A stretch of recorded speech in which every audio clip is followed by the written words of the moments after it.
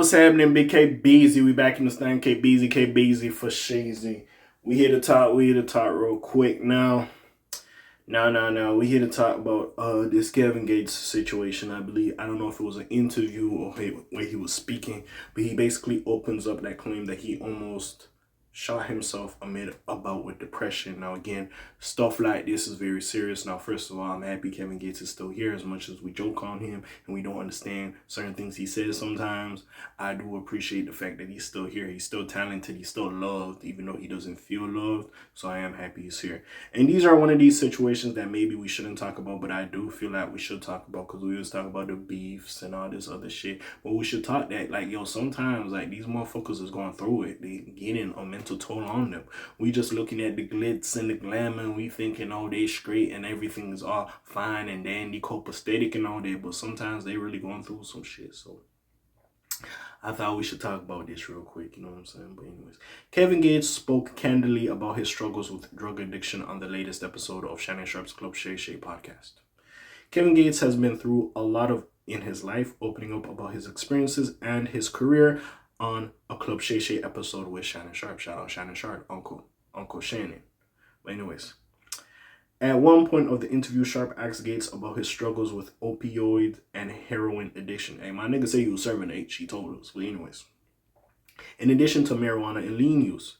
Yo, I remember back in the, well, not even back in the day, but that Chirac wave, boy, 2014, 2015, 2016, niggas was on lean like a motherfucker. Shit, even 2017, niggas was using lean. But anyways, which led to a revealing and heartbreaking answer. So this is what Kevin Gates had said. So I'm going to read this shit verbatim.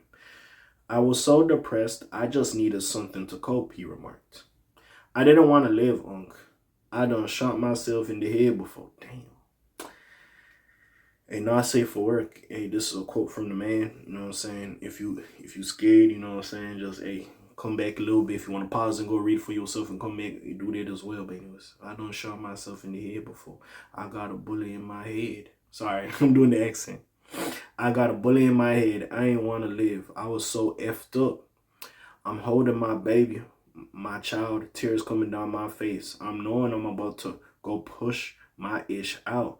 Ain't nobody gonna miss me anyways. That's how I felt. And that wasn't that long ago. That was 2020. And he did make a statement about this on his Super Gremlin remix, aka Super General. He did state that he had to go work on his mental and all this type of stuff. So again, he did say stuff like this. So from there, the Baton Rouge rapper spoke on suffering in silence and not making their struggles. Yo, it be like that, especially in the black community. We keep a lot of shit in. Bro. We don't like to rely on niggas or open up to niggas, because sometimes, like, motherfuckers might view that as weakness or use that against us. We keep a lot of shit, and we go through it. Bro. I ain't gonna care. Anyways. Thinking that his kid would have another father figure, he said he wasn't on drugs back then, but felt strong feelings of inadequacy and didn't enjoy being out on stage. Gates called his fitness journey back in 2019 a particular cry for help and credited a later trip to Puerto Rico, all right, as the start of his rebuilding process. I wonder what he did in Puerto Rico to say that trip was so impactful to him. By the way, maybe I gotta go to Puerto Rico. I ain't gonna lie. Listen, after I got back from Japan, if you want to know a little bit about me, I was thinking South Africa. My niggas want to go to Bali. I might have to touch Puerto Rico, see what's going on. I might have to go over there. But anyways, overall, he wants folks to get the courage to speak up if they feel the same way he felt. Fortunately, it seems that Kevin Gates feels rejuvenated now and kicked his habits, crediting inner work as a path forward and turning pain into passion. Bro, it be like that. That's why I remember Kevin Hart had a comedy special. He said, "Laugh at my pain." That title always stuck with me.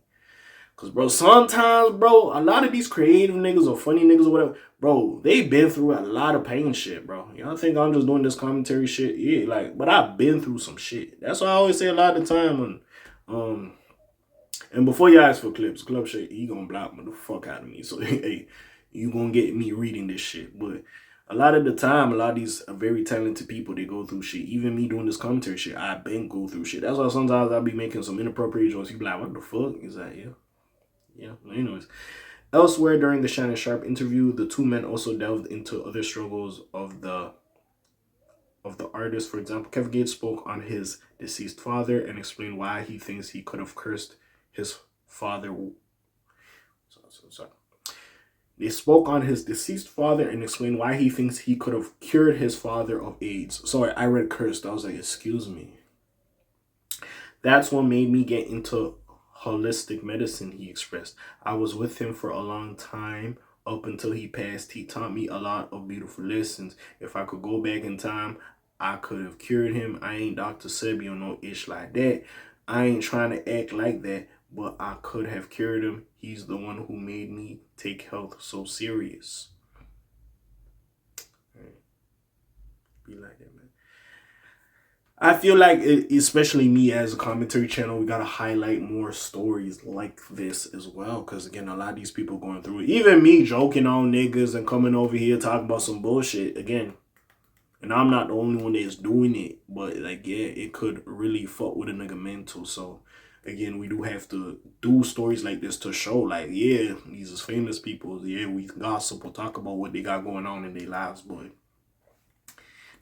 could be going through a lot of shit, bro. Going through a lot of shit. I believe an artist I recently covered, his name, it's leaving my brain, but I recently covered him. He did pass away, and his baby mama went to jail. I'm forgetting his name, but you know what I'm saying, something Stacy or something like that.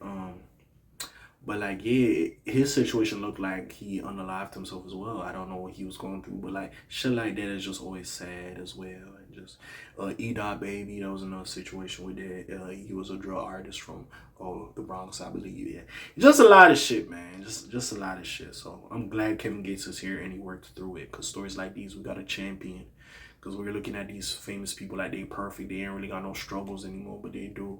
So the fact that he worked through it, it should be championed. And we should make videos like this and talk about shit like this. So again, I just got to salute Kevin Gates. As much jokes as I make on him, I do got to salute him for this. But anyways, and I went monotone cough. So sorry about that. But anyways, what do y'all think? Y'all already know what it is.